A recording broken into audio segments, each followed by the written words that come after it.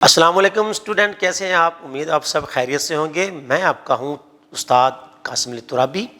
جیسے کہ عزیز بچوں، آپ جانتے ہیں کہ ہم جماعت ہفتم کے اسباق کا مطالعہ کر رہے ہیں۔ اس سے پہلے ویڈیو میں ہم نے وہ اسباق نمبر 6 پڑھے تھے۔ اب ہم وہ سبق نمبر 7 پڑھیں گے، جس کا عنوان ہے چاچا چھکن نے تیمار داری کی۔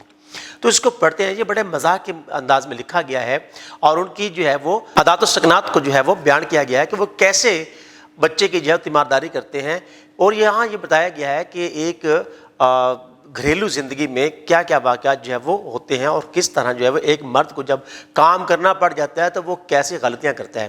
تو چلتے ہیں اپنے سبق کی طرف اور پڑھتے ہیں کہ اس میں کیا کیا چیزیں بیان کی گئی ہیں اور کس طرح چاچا چھکن کی حرکات کو وہ سامنے لایا گیا ہے۔ چاچا چھکن نے تیمارداری کی۔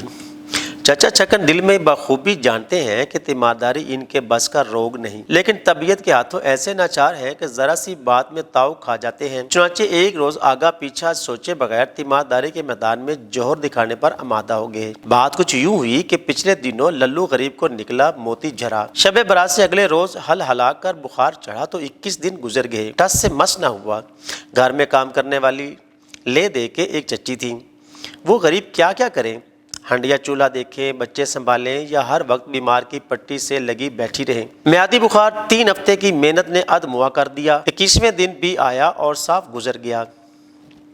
چچی تیسرے پہر بیٹھی تولیے سے للو کو جھاما کر رہی تھی کہ چچا نے ملازمہ کے ہاتھ پان کی ڈبیا اندر بھیج دی، ساتھ ہی کہلا بھیجا خوب اچھی طرح بھر دیں۔ چچی فکر مند تو بیٹھی ہی تھی، بگڑ کر بولی، لے جا اٹھا کے پان دان، بھرتے رہیں گے خود ہی۔ پان دان کی بابت جواب میں چچا خود آپ موجود ہوئے۔ وہ پان دان بھیج دیا تم نے؟ چچی غصے کڑوے گھونٹ کی طرح پی گئیں۔ صرف اتنا کہا، اور کیا بیمار کی چارپائی سے اٹھ کر بھیجتی؟ چچا کو اس کی شرح سمجھنے کی جرت نہ ہوئی۔ للو سے مخاطب ہو گئے، کیوں بے یار للو، بڑے ٹھاٹ سے جھاما کروا رہے ہو؟ استاد اب دیکھتے ہیں تم اٹھتے کب ہو۔ چچی سے نہ رہا گیا، بولی، جلدی اٹھ بیٹھ بیٹا، ابا فکر کے مارے دبلے ہوئے جا رہے ہیں۔ اب اتنے کھلے وار پر چپ رہنا بھلا چچا کے لیے کیسے ممکن تھا؟ بنا سوچے سمجھے بولے، جائیے آپ باورچی خانے میں تشریف لے جائیے، میں آپ کر لوں گا تیمارداری۔ چچا کو کمزور حریف سمجھ کر چچی عام طور سے ایسی بات گول کر جایا کرتی تھی، لیکن اس وقت انہیں بھی نہ معلوم کیا ہوا، جیسی بیٹھی تھی ویسی اٹھ کھڑی ہوئی اور جھامے کا تولیہ چچا کے ہاتھ میں پکڑایا سیدھی باورچی خانے کو چل دی۔ ان کے یوں اچانک اٹھ کھڑے ہونے کی امید چچا کو بھی نہ تھی۔ حیران سے رہ گئے۔ اماں کے چلے جانے سے للو کچھ کبیدہ خاطر ہو گیا تھا، کروٹ لے کر پڑا رہا۔ چچا نے پوچھ ہی لیا، کیوں بھائی جھاما کرتے رہے؟ للو نے منہ سے کچھ نہ کہا، سر ہلا کر ہاں کر دی۔ تو چچا نے کہا، اب خود کریں گے اپنے شہزادے کو جھاما اور تم کرو ہم سے باتیں۔ کچھ دیر بعد تیمارداری کا جوش کچھ سرد سا پڑ گیا۔ بڑی دیر تک منہ بنا بنا کر اپنا ہاتھ دباتے اور انگلیاں چٹکھاتے رہے۔ حواس بجا ہوئے تو للو کی طرف توجہ کی۔ سو گئے للو؟ للو بھیا، اے للو، او للو، نیند آ گئی کیا؟ اچھا سو رہے ہو؟ باہر چچی نے آواز سن لی۔ چھٹن کے ہاتھ کہلا بھیجا، سونے نہ دینا، دوا کا وقت ہے۔ سرہانے چھوٹی میز پر دوا کی شیشی رکھی ہے، ایک خوراک دے دو۔ چچا دوا دینے کو اٹھ کھڑے ہوئے، شیشی ہاتھ میں لے کر لیبل پڑھا، ادھر ادھر دیکھا، داڑھی کھجلائی، پیٹ سہلایا، بے تاب تھے کہ کسی کو امداد کے لیے پکاریں، لیکن آج کے دن کسی کی امداد لینا غیرت کو گوارا نہ تھا۔ مجبوراً خود ہی دوا دینے پر آمادہ ہوئے۔ شیشی رکھ کر دوا ڈالنے کے لیے پیالی لائے۔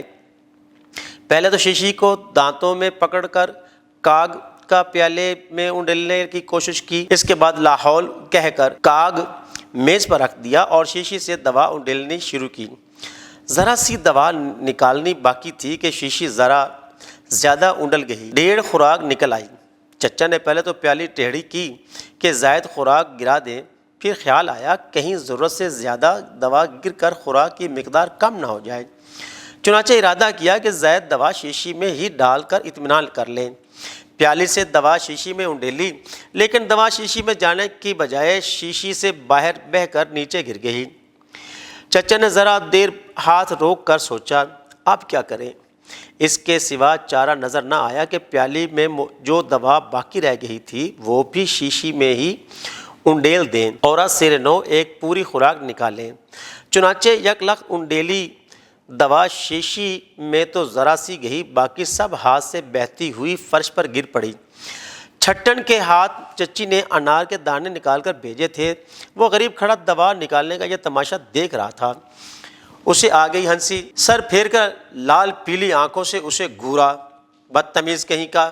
ہاتھ پوچھ کر چچا نے شیشی کو دیکھا تو دوا آدھے نشان تک آدھی ادلا بدلی میں ضائع ہو چکی تھی۔ اب کیا کریں؟ غور و خوض کے بعد طے کیا کہ بقیہ آدھی خوراک بھی ضائع کر دی جائے اور اس سے اگلی پوری خوراک نکالی جائے۔ چونکہ باقی خوراک مریض کو نہ دینی تھی بلکہ ضائع کرنی تھی، اس لیے اسے احتیاط سے نکالنے کی ضرورت چچا کو نہ سوجی۔ دروازے میں جا کر شیشی ذرا بے فکر سے الٹا دی۔ آپ جو شیشی آنکھوں کے سامنے لا کر دیکھتے ہیں تو دوا پھر آدھے ہی نشان تک، مگر اگلی سے اگلی خوراک کے چچا جھنجھلاک تھے، مگر کیا کر سکتے تھے۔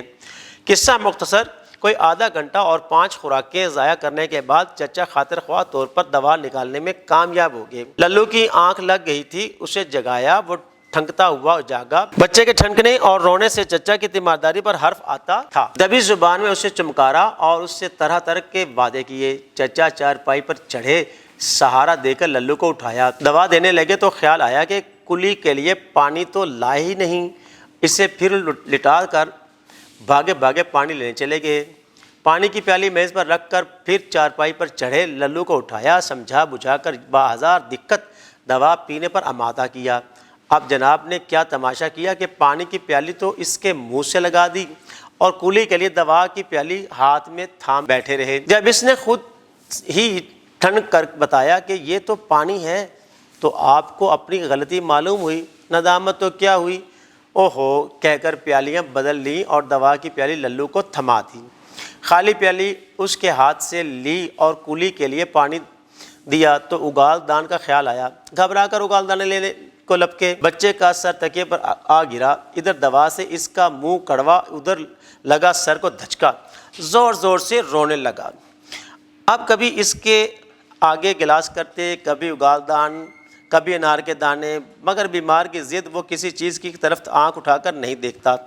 اماں اماں کہہ کر روئے جا رہا ہے۔ چچا گھبرا گھبرا کر کبھی للو کو دیکھتے ہیں، کبھی دروازے کو کہ کہیں چچی نہ آ رہی ہوں۔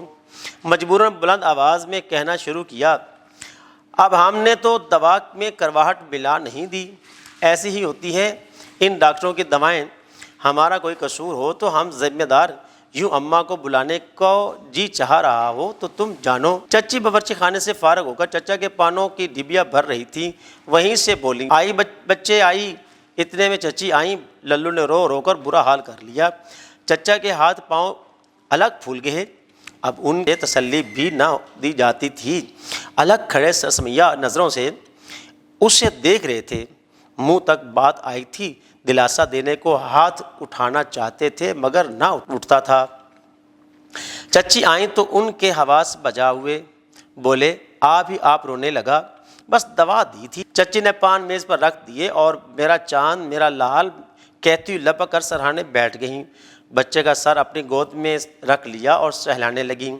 بچے کو ذرا سکون ہوا تو چچا پان کی طرف متوجہ ہوئے، پان کھاتے ہوئے آپ اپنے آپ سے کہنے لگے، رٹ ہی ماں کی لگ جائے تو تیمارداری غریب کیا کرے۔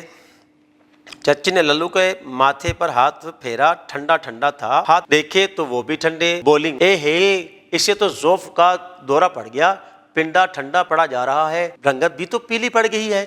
ارے کوئی دودھ لاؤ، دودھ پیچھے چولہے پر رکھا ہے، بالائی ہٹا کر لانا۔ تیمارداری سے ابھی چچا کا باضابطہ چھٹکارا تو ہوا نہ تھا، پیالی اٹھا خود دودھ لینے روانہ ہو گئے۔ باورچی خانے میں ماما آٹا گوندھ رہی تھی، دودھ نکالنے کو اٹھنے لگی، چچا کے منہ میں تھی پیک، کر کے اسے روک دیا۔ دودھ جوش پر آ کر ٹھنڈا ہو رہا تھا، اس پر آ گئی بالائی۔ چچی نے کہا تھا کہ بالائی اتار کر لانا، بالائی ہٹانے کے واسطے ایک پھونک جو مارتے ہیں تو پان کی ساری پیک دیگچی میں دودھ کی اچھی خاصی چائے بن گئی۔ اب چچا کی حالت دیکھنے کے قابل تھی، کبھی دیگچی کو دیکھیں، کبھی کھوئے ادھر ادھر دیکھیں، کچھ سمجھ میں نہ آتا، قصور کس کا ہے، ایک مرتبہ دیگچی نیچے رکھ دی، پھر اٹھائی، دودھ کو غور سے دیکھا، پھر نیچے رکھ دی، اٹھا کھڑے ہوئے، بیمار کے کمرے کی طرف چلے، پھر باورچی خانے میں دیگچی کے قریب آ کھڑے ہوئے اور تھوڑی کھجانے لگے۔ آخر سب کچھ چھوڑ چھاڑ باہر اپنے کمرے میں چلے گئے اور اندر سے چٹکنی لگا لی۔ 1 منٹ کے بعد باہر نکلے اور دودھ کی دیگچی اٹھا کر پھر اندر گھس گئے۔ اس واقعے سے گھر میں جو تقدر پیدا ہوا وہ للو کی صحت یابی سے پہلے رفع نہ ہو سکا۔ جی عزیز طلباء، آپ نے سبق پڑھا چاچا چھکن نے تیمار داری کی۔ آپ نے اس میں دیکھا کہ چچی کس طرح جو ہے وہ تولے سے جو ہے وہ بچے کی جو ہے وہ تیمارداری کر رہی ہوتی ہیں اور چچا اندر سے جو ہے پان کی ڈبیا بیچتے ہیں کہ اس کو پان کی جو ہے وہ پتوں سے بھر کے بیچ دیں، اور چچی جان بڑے غصے سے کہتے ہیں کہ آپ انہی کا کام کرتے رہیں۔ پھر چچا چھکن خود آ جاتے ہیں اور وہ کہتے ہیں آپ باورچی خانے میں چلے جائیے، ہم خود اس کی تیمارداری کر لیں گے۔ اور وہ دوائی کا کیسا خوبصورت انداز میں سے بیان کیا کہ دوائی بجائے اس شیشی میں ڈالنے کے نیچے زمین پہ جو ہے وہ گرا دیتے ہیں، اور پھر جو ہے دودھ لینے جاتے ہیں تو پان کی پیک جو ہے وہ دودھ میں پھینک دیتے ہیں اور سارے تھوک جو ہے وہ دودھ میں شامل ہو جاتی ہے۔ پھر وہ دیگچی اٹھا کر اپنے کمرے میں گھس جاتے ہیں اور نکلتے نہیں ہیں۔ تو یہ ساری باتیں آپ نے سنی ہوں گی، پڑھی بھی ہوں گی، اور اس میں آپ کو بڑا لطف آیا ہوگا۔ اب ایک نئی ویڈیو میں اس سبق کی مشق کے ساتھ ملیں گے، تب تک کے لیے اپنا خیال رکھیے گا۔ اللہ حافظ۔